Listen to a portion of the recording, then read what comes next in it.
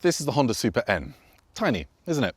Ginny keeps putting me on all the launches of the smallest cars she can. I think it's some sort of joke. But if what I'm told is true, then there should be some surprises, both with how big this thing is on the inside and how much fun it is out on the road.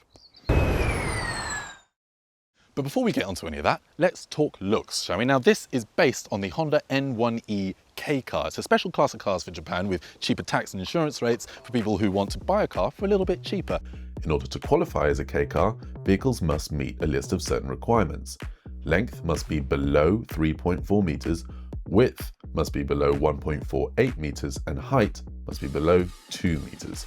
Power is also limited to 63 horsepower. But this technically isn't a K car anymore because it's been embiggened. First thing you notice, this lovely Boost Violet purple paint. Honda claims it's based or inspired by a bolt of lightning or electricity. I don't necessarily see it, but if I were to have any colour, it would probably be this one. Colour aside though, let's have a look at the actual looks of the car, shall we? It's very boxy. We've got these lovely big flared arches, but first thing you notice right up front, we've got this raccoon-like mask, and that is made up of smashed up old Honda bumpers, believe it or not, hence the lovely little speckled pattern we've got here. It's also where your charging door is, conveniently enough. Lovely when you want to nose into your parking space and charge at home at night. But beyond that, you see all these little vents up here. It kind of makes it look like a shrunken down rally car, and best bit is, all of these vents are actually functional. These ones are built to smooth the airflow over the wheels as you're driving at high speeds, and this nostril here is actually a cooling vent to cool the battery, which I think is rather lovely. But front aside, and these lovely round headlights aside, let's talk about down the side of the car, shall we? Again, it's not quite a K car anymore because it's been widened with those lovely box arches, and we've got side skirts and more functional vents to match. These wheels, 15 inches, not quite the 20s and 22s that we know Ginny loves, but for a car this small, I think 15 inches is more than enough, right?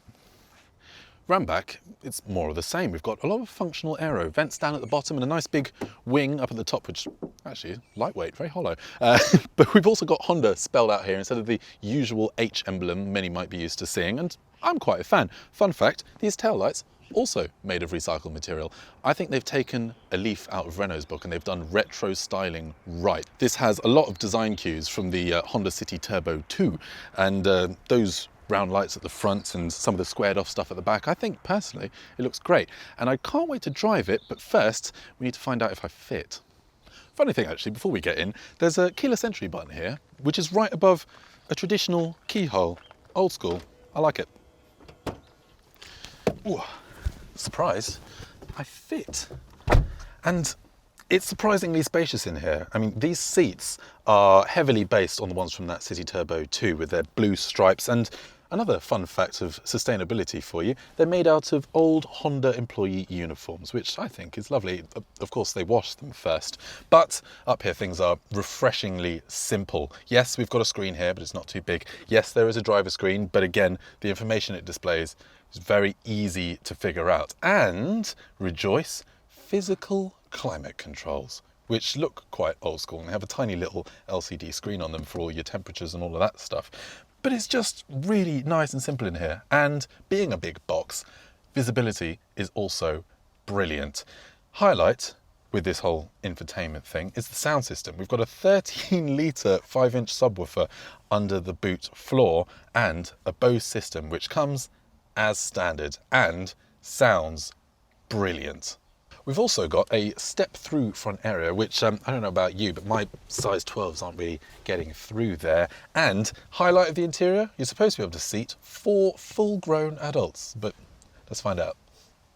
Here's the impressive bit. I fit behind myself at 6'3". That's 192 centimeters if memory serves. It is a little bit tight, yes, and the headroom isn't amazing, but the fact I'm even here in something that is 3.6 meters long is very impressive indeed. My feet are a little bit high, there's a battery pack under there, so there's a little bit of gap behind my thigh, but I'd be happy sitting here for up to an hour, maybe a little bit longer to be honest. Behind those rear seats is 162 litres of luggage space, easily accessible with a very low boot floor. But Honda has also fitted the Super N with their Magic Seat system, which lets you fold the rear seats down for a completely flat load floor and up to 967 litres of space. Plus, if you want to keep the seats up, you can raise the seat bottoms in order to fit more stuff behind the front seats. But the question remains, can something this small be both practical and fun to drive? Well, now we're on the road, so we can find out. But before we get onto actual driving stuff, let's talk specs, shall we? So you get a 29.6 kilowatt hour battery in this. That is good enough for, in theory, up to 199 miles of WLTP urban range. Combined, the figure is a little bit lower, of course. That gets you about 128 miles. But still, this is a city car, and that's impressive stuff. Though, from a 29.6 kilowatt hour battery, to get that maximum figure of 199 miles of WLTP range, you would need a theoretical efficiency rating of 6.7 miles per kilowatt hour, which sounds unfeasible, but actually, driving this thing around, even when I was ragging it a little bit earlier, I still managed to get 4.1 miles per kilowatt hour. So, if you're driving a little bit more sedately, I'd hedge to bet you probably wouldn't get that far off that theoretical figure. Charging specs are also about standard for this type of car. You get up to 50 kilowatts of rapid charging capability, which should bring this car from 15 to 80% charge in about half an hour. You also get 7.4 kilowatts of AC charging, which is good for your on-street charging and things like that. That will get you a full charge in about 4.5 hours, so it's good for overnight charging. Overall then, that's more range and a bigger battery than a Renault Twingo, all the while weighing 200 kilos less. That's right, this car weighs just 1.1 tons, which is really light for an EV. And yes, it is very small, but there have been a lot of measures taken to ensure that that lightweight figure is achieved. These doors, for example, weigh absolutely nothing. I very nearly flung one off the hinges when I first got into the car. Again, coming back to the small size thing, the wheels are pushed out to the very corners of this car, both to give you as much interior room as possible, as well as to give you as much stability as possible, despite the short wheelbase and, relatively speaking, narrow track. And it's worked. It's quite stiffly sprung, but we'll get into why that might be a good thing later. In the main, it just drives nicely when you're only trying to get from point A to point B. You get steering wheel paddles, which in the standard modes are good for adjusting your levels of regenerative braking. Also in city mode, you get one pedal driving, which is always nice to have. Great for when you're doing speeds of around 20 to 30 miles an hour and you don't really want to have to touch the brakes. It'll do that all day. I do wish that regenerative braking was a little bit stronger in the one pedal driving mode, but it's completely fine for around town. You just need to be able to predict when you're going to stop.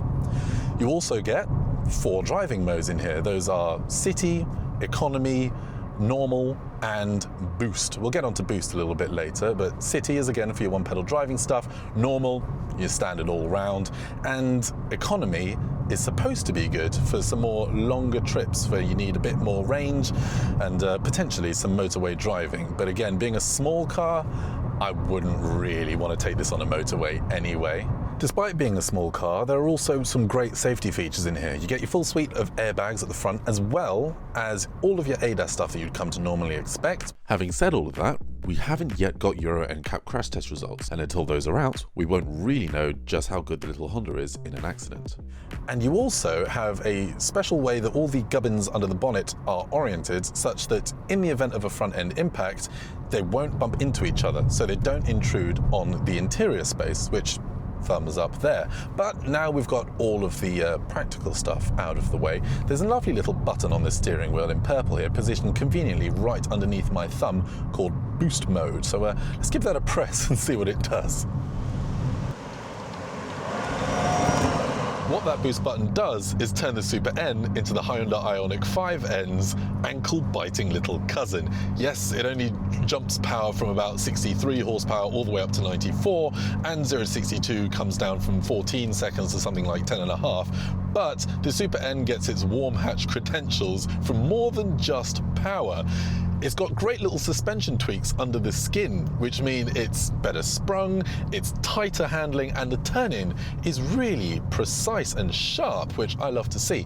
You also get 7 simulated gears, so you can bang it off the limiter, just like that Ioniq 5N. I suppose the obvious comparison for this little thing is its older brother, the Honda E. Now that car was beloved by journalists across the world, but it didn't really sell very well. It was a bit too expensive, the range was a bit too short, and there were some features on it that people didn't really need. Like you could have an aquarium in it, albeit a digital one, of course. Now this, on the other hand, is a little bit cheaper, goes a little bit further. I mean, it starts on the road at $18,995. That is a little bit more expensive than we expect a base Twingo to be, but there is only one spec, and that one spec gets you everything from heated seats to a heated steering wheel, all of your adaptive cruise control gubbins, and this brilliant purple paint. This car just feels right, especially for the money. It is arguably the perfect city car, and it succeeds, I think, where the Honda E failed. Every EV is fast these days. Honda knows they don't have to compete on that level. Instead, they've gone for character, entertainment, extreme packaging, and great practicality. This is not only one of the best city EVs I've seen today, but it's also some of the most fun I've had in an EV. 0 to 62, be damned. The question is though, what would you cross-shop this against? Maybe the upcoming Twingo. We know that's going to be a little bit cheaper, if not quite the same spec. Or how about the new Smart #2? We don't know that much about it yet, but we do know it's supposed to be coming later this year. Subscribe if you want to see that triple test, but in the meantime, if you want to read even more detail about this car, check out my full review on electrifying.com, where you'll find info on this and much, much more. But in any case, I'll see you for the next one.